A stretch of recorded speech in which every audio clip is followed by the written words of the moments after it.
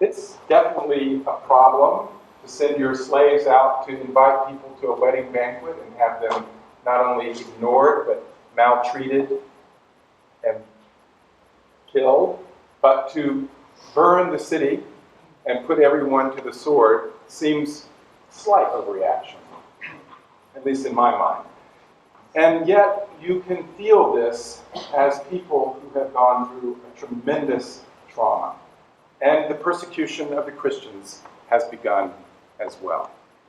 So this distance of 40 years and many, many traumatic events, this would be like remembering 1970 today. Remember that, those of you who are alive. How far back that seems from now. But this story, this parable, is a parable of Jesus. And it is meant to tell us something, even while all the parables are meant to sweep us up, to take us into a self-contained world where we see things from within the parable and see what the world looks like from that point of view. They are meant to bring us back to the parable teller, to Jesus, so that we come back to him understanding more of who he is and more of what he is calling us to be. So there's two ways that I'd like to look at this parable as being expressive of the ministry of Jesus and of his Spirit. One has to do with the one who spoke it in Nazareth and in the Galilee. And the other has to do with the Jesus of our faith, the Christ, who continues to move with the church, who has never left us. So that when Paul writes in the Philippians and says, "The Lord is near," we would say the same thing today. The Lord is near in that way. So that's the two ways I'd like to look at this. The ministry that is expressed in this parable is the essential ministry of Jesus of Nazareth. This is what he did. That is, he gathered people who were not expected to be the guests at the meal, and he brought them in and filled the wedding hall with them. This is what he did. He went, as the one translation said, to the highways and the byways, and he found rich people and powerful people. He found poor people and sick people. He found isolated people and people well supported in their communities, and he invited them all in. This is his ministry. This is essential ministry. Yes, it was around table ministry. Often it was around a meal. And this is commensalism. This idea of joining around a table, we put down our weapons when we come into the dining hall. From all time, this is the symbol of people coming in peace together and becoming one together. And this is what Jesus did. So this parable is about that. The first people invited are the expected people. They're the friends of the king. They're the important people of the city. And they're the ones who reject the invitation. So the slaves, who are the representatives of the king, go out and they find the unlikely people. It doesn't say that they're all the outcasts or the poor, but they're not the likely ones. And they bring them in. So in this parable, we are swept up into the story and we're taken back and deposited at the feet of the storyteller. And we understand something more about what he's about what his whole ministry is about. Remember, he said of his friend, his teacher, perhaps his cousin, John the Baptist, well, John the Baptist came neither eating nor drinking, and you said he had a demon. And the Son of Man, he himself, comes both eating and drinking, and you say he's a glutton and a drunkard. You can't win. But his essential point was that the eating and drinking was for the sake of the gathering of community. It wasn't for the sake of eating and drinking itself. It was this ministry of gathering and making one those who had been at odds with each other, at variance with each other. It was about reconciliation. But then the second piece, at the very end of this little parable, there's that weird ending. We finally, it sounds like we've reached the ending, right? We've gone into the highways and the byways, we've gathered them all around, We're all enjoying the wedding feast, and then suddenly, oh, you don't have on a wedding robe. Well, I shouldn't speak to you. You all have a wedding robe, yes. You don't have a wedding robe. What's going on here? And then the punishment for not having a wedding robe on is cosmic.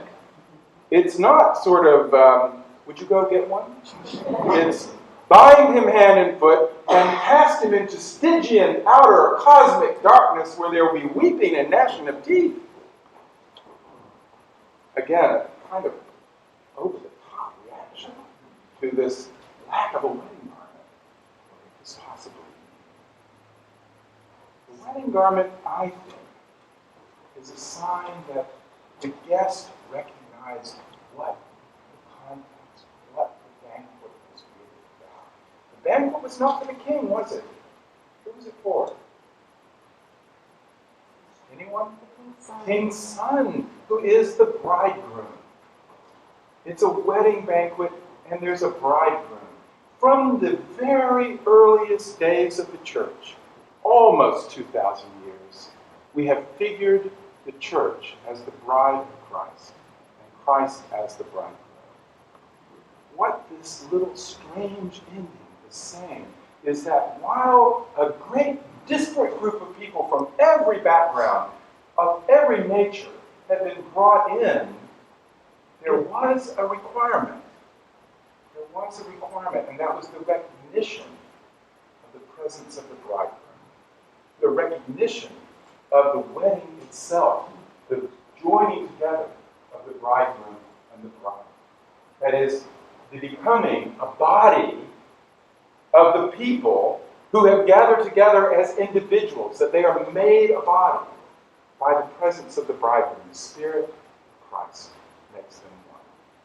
Paul, again, in another letter, a letter to the Corinthians, says, when you eat and drink, and he means the sacred meal, the Eucharist, when you eat and drink, but you eat and drink without recognizing the presence of the body, you eat and drink to your own destruction.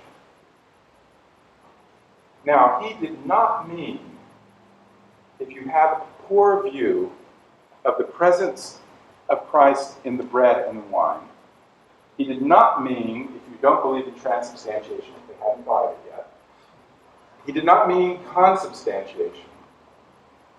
He meant the presence of the Spirit in the people, making them one, making them a body. You see, this is the presence of the bridegroom. When the bridegroom is present with the church, with those who've been invited to the banquet, they become one. That's how the body manifests itself, how it comes to be. This is the miracle of this sacred meal. And in this way, it is the same parable. Jesus, as a human being, made by his invitation and the power of his personality, who he was, he made disparate people into one. Unexpected, unbelievable in some cases. Prostitutes and tax collectors and sinners made into one, welcomed together. And the Spirit of Christ, which Paul recognized, the Lord is near, still with us, is still doing the same thing, making us, with all our differences, with all our individuality, which we work so hard to forward in our lives, against all expectations, making us one. It's the same story. It's the same dynamic that continues to operate in the church. It is church. So, today, when we leave St. Clements, there surely is a call in this story for us. We have been made one body as we recognize the presence of the Spirit of Christ among us. Not mine, not any one person's here, not in fact ours, but we belonging to that Spirit. We make one. The call is as the liberation theologians would tell us, to go and break this bread on the table of the world. You who have been made one, you who have, against all expectations, been made one body, surely have a call together for us to go out and do the same with people who are isolated, alienated, and alone. This is our call, to do as Christ has done.